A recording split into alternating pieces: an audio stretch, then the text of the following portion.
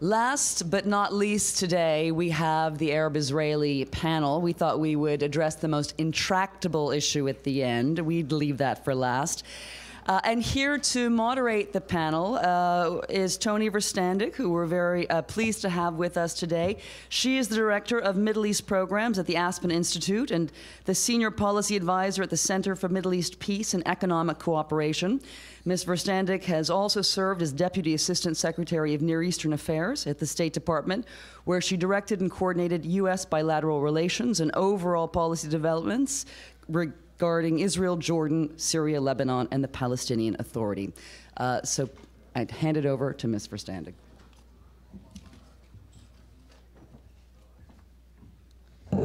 Thank you, Kate. Thank you very much. Thank you to the Middle East Institute for bringing together such a distinguished group of panelists who are gathered here today to discuss the Arab-Israeli peace process.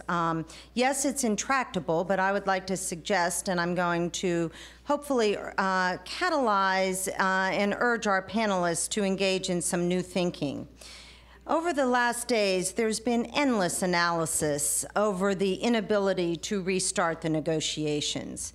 The question is, what is the right prescription to move the parties together after both sides have gotten themselves so far out on a limb? As Bill Burns, who was with you this morning, commented, the Middle East is a region of deep discontent in an area that teaches us great patience and humility. I think we would all concur and agree with that comment. We're painfully aware that time does not work to the advantage of those supporting Middle East peace, nor is it a useful tool in a Middle East toolbox. However, I would like to suggest that the internal pressures and challenges that each side faces can also be turned around as opportunities for peacemaking if there's a degree of trust and leadership infused into the process.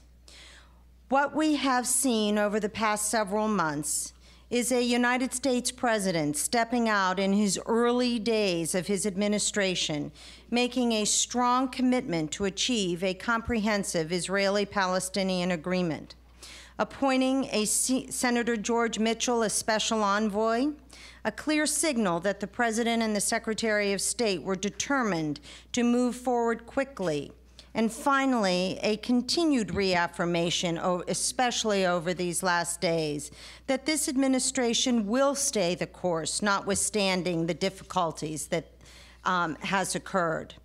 However, the last several months have demonstrated that there are difficulties toward achieving an end of the conflict and a two-state solution.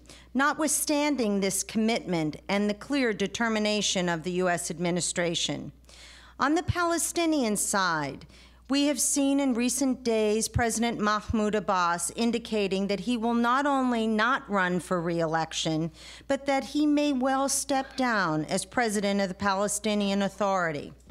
Is this the beginning of a major paradigm shift on the Palestinian scene? Are we now looking at a sober reality that there really is no partner for peace where there once was? On the Israeli side, Prime Minister Netanyahu, who is here in Washington and yesterday called for restarting the peace talks. But on what basis? What are the terms of reference? Where does the Arab Peace Initiative come into play? Will it remain a viable instrument, or do we risk it being taken off the table at the upcoming spring Arab League meeting? On the Syrian side, progress was reported in the Turkish-sponsored Syrian-Israeli track. That channel now seems to have been put aside.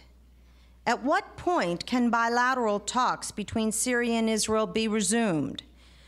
But when will Syria take steps toward peace and withdraw its support for groups whose sole mission is to undermine the peace process? And today, Lebanon is on the eve of announcing a new government.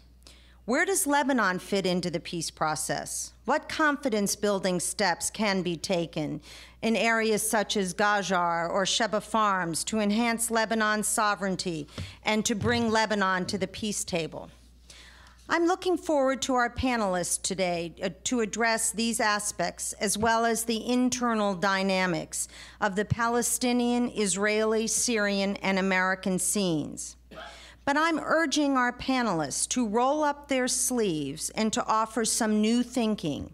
I don't want us to rehash where we've been, but to let's think outside the box. Is it time to move forward toward a comprehensive settlement and to reset the peace table and get out of the current construct of process and move toward launching a full comprehensive approach? Does the Arab Peace Initiative provide the regional safety net for such approach?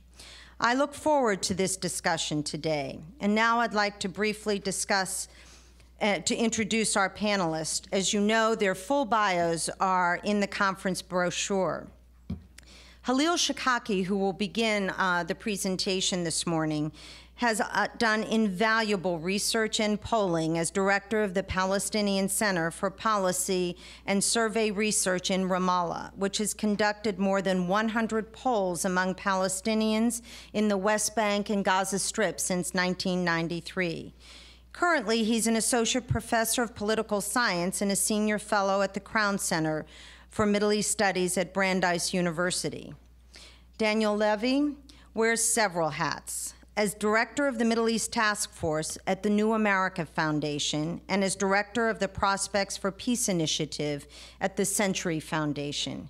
He has a long experience working with different Israeli governments on peace-related matters, and in 2001 was a member of the official delegation to the Taba negotiations. Murhaf Jouejati is a professor of Middle East Studies at the National Defense University's Near East South Asia Center for Strategic Studies and also teaches at George Washington. Murhaf was an advisor to the Syrian delegation during the Middle East peace talks throughout the 1990s. And finally, Ambassador Dan Kurtzer has had a long and distinguished career in the United States State Department. It culminated in his serving as ambassador to Egypt from 1997 to 2001, followed by an ambassadorial posting to Israel from 2001 to 2005. Today, he holds the S. Daniel Abraham Chair in Middle East Policy Studies at Woodrow Wilson School of Public and International Affairs. And most importantly, Dan works very closely with me, and is a dear friend. So thank you, and if I can call Khalil to join us and offer some remarks.